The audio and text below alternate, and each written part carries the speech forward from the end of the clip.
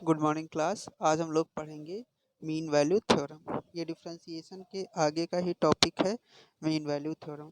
तो mean value theorem में जो फर्स्ट थ्योरम पढ़ने जा रहे हैं, रोलीज थ्योरम। ठीक है, इसको बोलते हैं रोली की प्रमेय, रोलीज थ्योरम। ठीक है, क्या है रोलीज थ्योरम? रोलीज थ्योरम ये कहती है कि यदि एफ कोई एक फंक्शन हो, कहाँ से कहाँ के बीच में, ए कामा बी से लेकर के आर के बीच में। ठीक है, ये कोई एक फंक्शन है। F is a function from close interval A comma B to R. और ये फंक्शन कैसा होना चाहिए? ठीक है, पहली कंडीशन है ये कॉन्टिन्यूअस होना चाहिए फंक्शन। ठीक है, एफ जो फंक्शन है ये क्या होना चाहिए? कॉन्टिन्यूअस, सतत होना चाहिए। किस कहाँ पे सतत हो? Close interval A comma B में। इस close interval A comma B में ये जो फंक्शन है ये सतत होना चाहिए।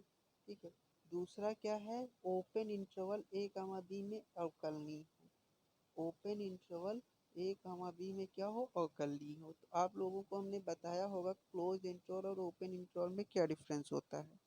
ठीक है, तो open interval A comma B में कह रहे हैं अवकलनीय हो, और क्लोज इंटरवल में क्या हो? सतत हो। तब और तीसरी जो कंडीशन है वो इनकी ये है कि F A is equal to F B हो। F A is equal to F B, ये इनकी थर्ड कंडीशन है। अगर जो तीनों कंडीशन कोई भी फंक्शन फॉलो करता है, ठीक है, कोई भी फंक्शन तीनों कंडीशन ओबे करता है, तो कह रहे हैं कि एक पॉइंट होगा सी।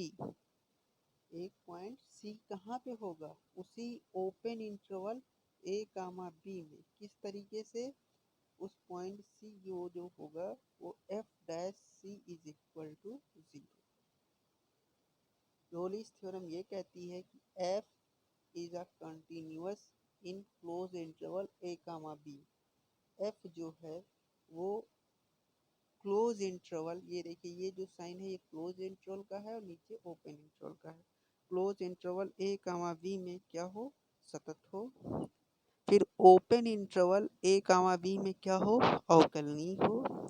तथा F A is equal to F B हो। तीन कंडीशन हो, तब कहते हैं एक पॉइंट सी जो होगा वो कहाँ एग्जिस्ट करेगा, कहाँ पाया जाएगा? Open interval A comma B में। और वो पॉइंट सी कैसा होगा? F dash C. ये देखिए F dash C is equal to क्या होगा? 0 होगा। ये आपकी है रोलीज थ्योरम। ठीक है, अब इसमें देखिए इसी को हमने एक फिगर से समझाया है। ये जो है आपका, ये जो ग्राफ बना हुआ है ये है एफ एक्स। ठीक है, ये ग्राफ जो इस तरीके से ऊपर से ये जो है ये क्या है? ये एफ एक्स है। ये पॉइंट आपका ए है, ये पॉइंट बी। तो देखिए सतत है। सतत कैसे देखेंगे? देखिए आप ए से चलें और बी में आप पहुंच गए, कहीं पर ब्रेक नहीं है। फंक्शन जो है कहीं पर भी ब्रेक नहीं है। अगर जो ये सी एक लाइन है इसीलिए ये सतत है क्लोज इंटरवल में।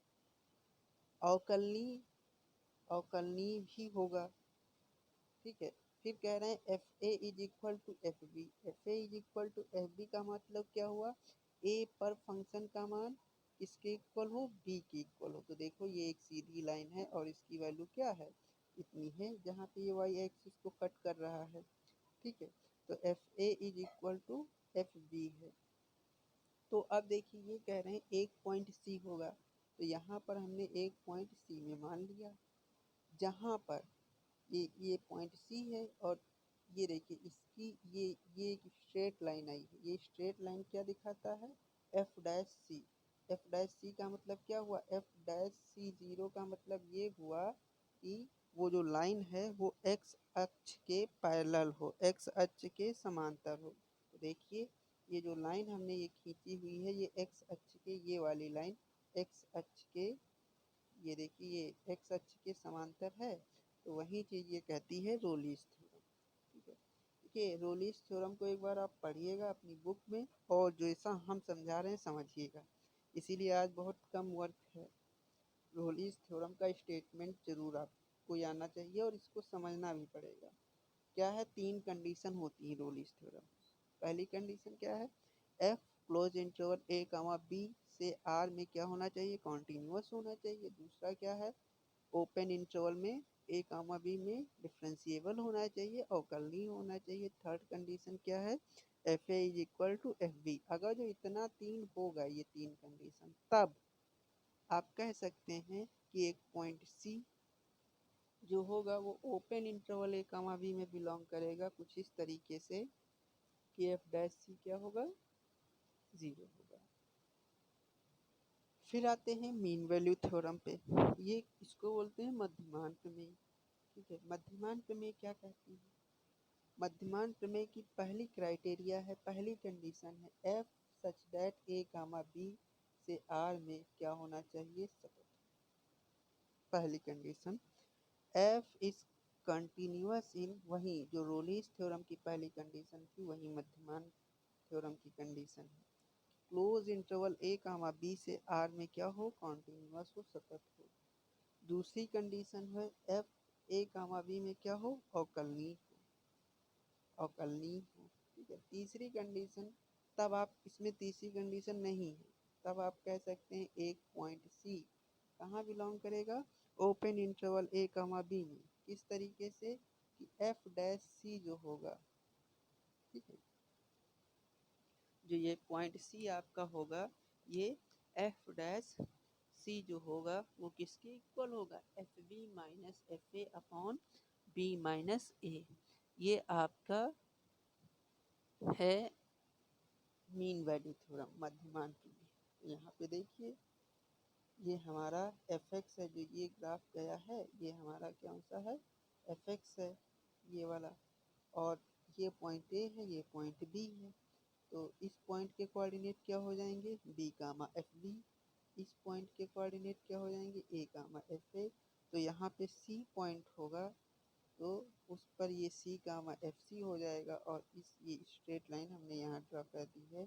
तो एफ डैश सी किसके इक्वल हो जाएगा, F B minus F A upon B minus A. ठीक है, ये आपकी मीन वैल्यू थ्योरम है मध्यमान प्रमेय। ये एक्स एक्सिस है, ये वाई एक्सिस है। तो आज आप लोगों का होमवर्क यही है, आप लोग ये दोनों थ्योरम को एक बार समझेंगे, दो बार देखेंगे। जब तक ना समझ में आए देखते रहिए, वीडियो उसको रिपीट करते रहिए। ठीक है, डाउनलोड कर लीजिएगा, और उसके बाद इसको आप कॉपी में बिना देखे लिखेंगे। Okay, thank you class.